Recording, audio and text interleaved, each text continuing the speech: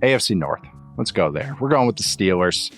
We've talked about it a little bit. One of the more interesting teams in this league, the NFL. When you watch the Steelers, Matt, what has been impressive to you as they got out to a 3-1 start? Great question. Because I think it's easy to say the defense. It's a great unit. I said my spicy take, one of the few spicy takes I don't regret. After our week one show, definitely regret saying that Dan Quinn was going to be one and done. And now I'm like 5 out of 10, they win the division. So regret that one. Do not regret saying the Steelers could have the best defense in the NFL. But I would actually say the most impressive thing to me is actually been George Pickens so far this year. I think Pickens is, and you and I have had conversations about Pickens in the past and kind of being a little bit more hesitant to buy fully into the player. I think that he is playing the best football that I've seen him play in the NFL right now, and it's not even close. I think he looks more like the route runner and separator that he was in college, as opposed to kind of the first 2 years of his career. He's a player I've always said you can't really have a normal conversation about because you either think he's like DJ Chark or you think he's secretly an elite receiver and everybody's too dumb to know it. He's a lot closer to the latter than he is to the former right now. I think his separation against man coverage is, I charted weeks, so the Sertan game and the first game of the season, and he was up there like over 80% in reception perception success rate versus man and press. And he's always been a better press man beater than a zone beater, just because he's sometimes, I think, needs to play with more urgency, to put it nicely. He knows what to do against man. He knows what to do against man. And then sometimes against zone, I'm like, okay, pick up the pace here. Like, we got to run this thing out. This year, I think he is playing like with his hair on fire. He looks fully dialed in, fully bought in. You could tell he likes playing with Justin Fields and Arthur Smith, our guy, Arthur Smith. Hey, Kyle Pitts can't do in a Falcons uniform. What? and Algier outran Bijan. Oh my God. And meanwhile, Justin Fields having a revival here in Pittsburgh. So maybe Arthur Smith did nothing wrong. I'm being a little facetious there, but our guy, Arthur Smith, Nate, is using these two players, Fields and Pickens, to exactly kind of how they should be, both independent of each other and also together. They're bringing out the best of each other at this point. Absolutely agree. The drop back passing game isn't crazy, a lot of quick game, but you see Fields getting confident with it. And part of that is they ISO up Pickens a lot, and he has confidence in Pickens. He's like, all right, I'm going to take my one-on-one here. And Pickens is good on those vertical routes. He can adjust. Awesome. And he can do the dunk stuff, but he can just do the back shoulder things. And I think him and Fields just have a rapport there. And we've talked about enough with the defense, and they're top 8 and all the main metrics I look at, DVOA, EPA, and success rate, and they're top 8. Are they number 1? But I still think this is a good defense that's hard to play against. But offensively, Fields looks confident, and they still have mistakes. Like they had a botch on the first snap of the game. The second time this year this has happened.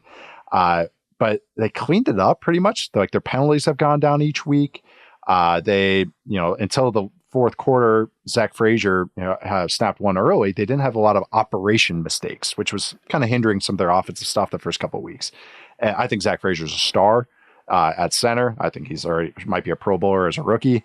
And he is really calming Fields and calming all the offensive line changes that they've gone through. Broderick Jones is up and down, but you can tell he just needs to calm down. And Zack Frazier really does that, I think, for a lot of this offense. It's been cool to watch a rookie do that for some other guys, because Fields, less is on Fields now. And you can see him just, there's an old coach saying, if you make a mistake, make it fast.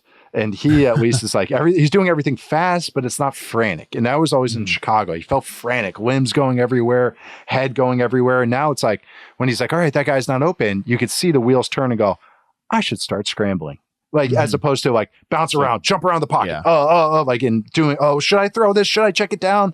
I felt like he always took coaching almost too literally, as opposed to just playing. And it feels like he's playing again. The bootlegs are really fun with him. He's going to always be a frustrating quarterback at times, I think, dropping back, but he's throwing with confidence, and that's speeding everything up.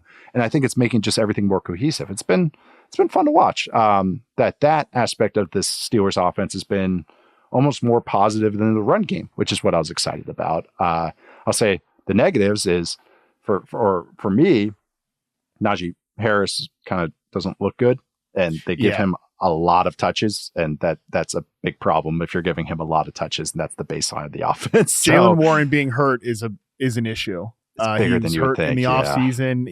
He's been hurt in the season. Yeah, my concern was what happened to the run game. I mean, they've had offensive line injuries too, but yeah, a lot of issues so far in the run. We can't be like, ooh, Cordero Patterson looks spite. Like we can't be, and then he got hurt in this last game too. So, by the way, I checked. Cordero Patterson's still listed at 6'2", 220. I don't think so. No, he's been at 6'2", 220 for like 10 years now. I don't think so. He looks bigger than that. He still looks huge, explosive, but he looks huge. He was 230 when we were with him in Oakland. That was 2017. A long time ago. So 7 years ago. And that was when he was a receiver. So he was even running a little bit more. Injuries at O-line. There's still some sloppiness in the offense. I mentioned that. But again, they're kind of cleaning it up. Like this is Fields in a nutshell. There's a whole bunch of good things on the drive. And then he gets pressured on a third down. And they're about like 30-ish yard line, 35. And he takes like a 15-yard sack because he tries to spiral out of it and it knocks him out of field goal range. Earlier in the game, he got pressured a couple times. He stepped up, out, and threw the ball. He wasn't looking to run. And so it's like he still has a couple of those. It's like Darnold, like in a sense, totally different types of players, but you just knock out a couple of those plays and play with confidence. And when one or two a game, you can live with that. If it happens every series, you can't. And right now with Fields, it's like 1 a quarter. So it's like, it's all right. We're tweaking it down. It's getting better. And he's so explosive. So also the receivers look really poorly coached. I want to say that too. I've seen some of these receivers at other spots, and I've seen Calvin Austin before, and also now they're botching all the time. Yeah, so I'm keeping an eye on that. All right, what's your confidence with the Steelers team in the AFC North? Now you've got me looking up who's the Pittsburgh Steelers wide receiver coach. I know who he is. I just don't want to say his name. Zach Frazier. Yeah, he was with the Broncos before. Yeah. All right, we'll leave it at I keep my eye on receiver coaches. The Chargers got a rough one too.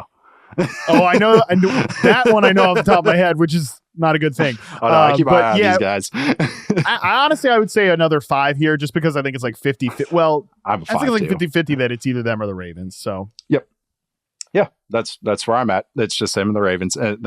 Yeah, and it's not all pretty, but they're doing some nice things in Pittsburgh right now.